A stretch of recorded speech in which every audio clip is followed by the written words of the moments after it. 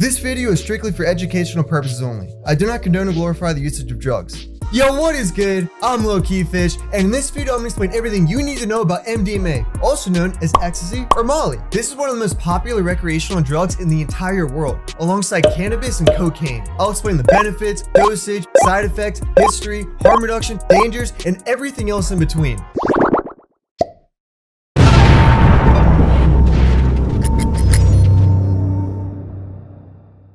MDMA, more popularly known as ecstasy or Molly, is a psychoactive drug that acts as a stimulant and releases chemicals in your brain to give an energizing effect. It heightens your senses and boosts emotions like self-awareness or empathy. It was first developed in 1912, but it wasn't until the early 1980s when it was spread into nightlife and rave culture, which eventually resulted in federal scheduling in 1985. By 2014, it was estimated to be one of the most prevalent recreational drugs across the globe. Currently, MDMA is widely associated with dance parties, electronic dance music, and the clubbing and raving scenes. The term rolling is used to describe someone high off MDMA. When someone says, "I'm rolling on Molly," they're probably having a good time. MDMA has recently been used to assist in treating post-traumatic stress disorder, aka PTSD. Additionally, it's being researched to treat social anxiety in autistic adults and anxiety in those with life-threatening illness. Molly and ecstasy are different from each other, but both contain MDMA. Ecstasy is the pressed pill form of MDMA, which is the most common form distributed around the world. The thing with ecstasy is that it's co with other substances, so if you ever hear about someone taking ecstasy and they ended up doing meth, that is probably why. What's wrong with people?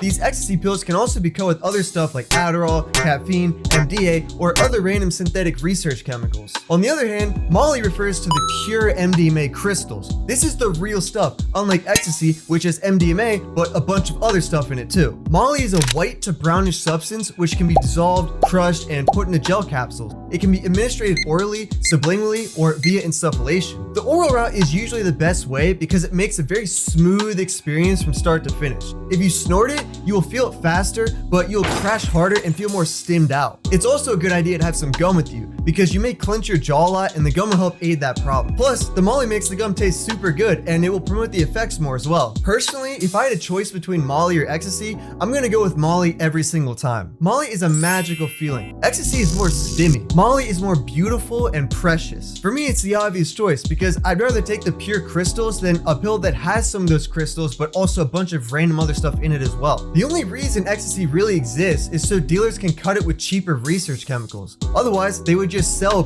pure MDMA pills. Listen, we're not just doing this for money. We're doing it for a shitload of money. Subjective effects include stimulation, anxiety suppression, enhanced empathy, and social ability, relaxation, and euphoria. It's great for social events. It makes you extremely talkative. It makes you feel super empathetic and loving, and life just seems beautiful. I always say to people that it is almost impossible to have a bad time when rolling on Molly. Because of the way it interacts with the receptors in your brain, you'll pretty much feel happy and euphoric no matter what. Hey, that's damn good. That's damn good. That's terrific. When you take MDMA, your pupils become saucers. It will dilate your pupils to the point where you may not even see the color of your eye anymore. Because of this, lights will seem extremely shiny and illuminating, making the experience seem that much more trippy. The MDMA experience lasts for about 6 hours. You will come up from hour 0 to 1. When you start to feel it, it'll creep up on you and make you feel upbeat and happy. It's a slow come up, and if you think you're not feeling it like you should, start to move around a bit and get a little active because that'll get your blood pumping and that'll make you start to feel it. Once you come up from hour 0 to 1, then you roll from hour 1 to 4, and then you come down from hour 4 to 6. You'll probably have a nice afterglow for a little after too. The afterglow will make you feel super content with life and appreciative for existence. Regarding the dosages of MDMA, this is how I would put it. 50 milligrams is a microdose. With this dose, you don't really feel a physical high. Rather, it does its magic in the background and makes you slightly more sociable and happy without you even really knowing it. This is a good dose if you want to act completely normal but still get a little boost, if you know what I mean. 100 milligrams is not quite the threshold for rolling, but you will definitely feel it. 0.1 of a gram is a good dose for beginners and will give anyone an amazing time without really going overboard. This dose is most likely enough to dilate your pupils too. Maybe not to the full extent, but you may have that deer in the headlights look if someone shines a light in your face. You will definitely notice the effects off 0.1, and it is overall extremely pleasant if used responsibly. 150 milligrams is what I call the threshold for rolling. This dose can give life-changing experiences to people. It can be very eye-opening and make the user more of a loving and empathetic person permanently, even if it's just slightly more. If you want to make a night memorable for a very long time, take 150 milligrams and see how it goes. That was awesome! 200 milligrams MDMA will get you rolling super hard, and I would say this is the optimal dose for getting the absolutely most lit you can be. At this dose, you've reached the threshold for rolling, plus a little bit more on top of that. 0.2 will make an insane night for sure. 300 milligrams is pretty much what the limit should be.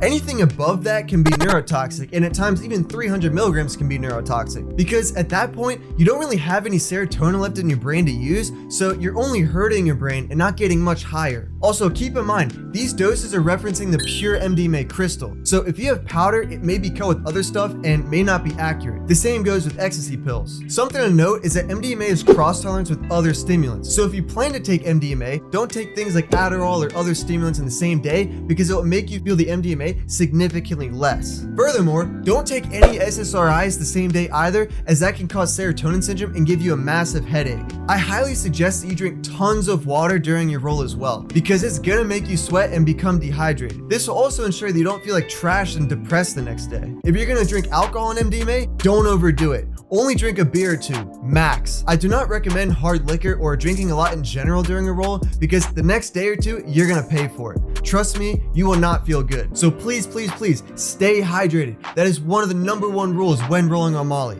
You got it, dude! Moreover, MDMA is not something you can do every day. You will destroy your brain if you abuse it. The shortest amount of time to wait in between rolls is 1 to 2 weeks, but the optimal level to maximize your safety, wait 4 to 6 weeks. Now let's say you're at a music festival or just something comes up and you want to take Molly multiple days in a row. It's not going to kill you, but make sure you're taking a bunch of supplements afterward for the next few days to help your body recover at an optimal rate. Some people wait 1 to 2 weeks, some people wait 4 to 6 weeks, some people wait a whole 90 days. You don't have to do that, it's just recommended. If you need to take Molly for whatever reason, multiple times in a week or multiple days in a row, just be safe, take a lot of supplements, and stay hydrated. That way you won't feel like trash and you'll be able to recover at a better rate. A few supplements that are great for recovery is vitamin C, magnesium, zinc, NAC, 5-HTP, B vitamins, or even multivitamins. All in all, MDMA is one of the most intriguing and incredible drugs available today. I know that was a lot of information, but make sure to subscribe because I got a lot more to share with you in the future. I'm 𝐌𝐃𝐌𝐀, peace out. Yo, this headband reminds me like those popsicle sticks that are like red, white, and blue, and they taste like that white cherry Gatorade. I don't know, I like it, kind of trippy.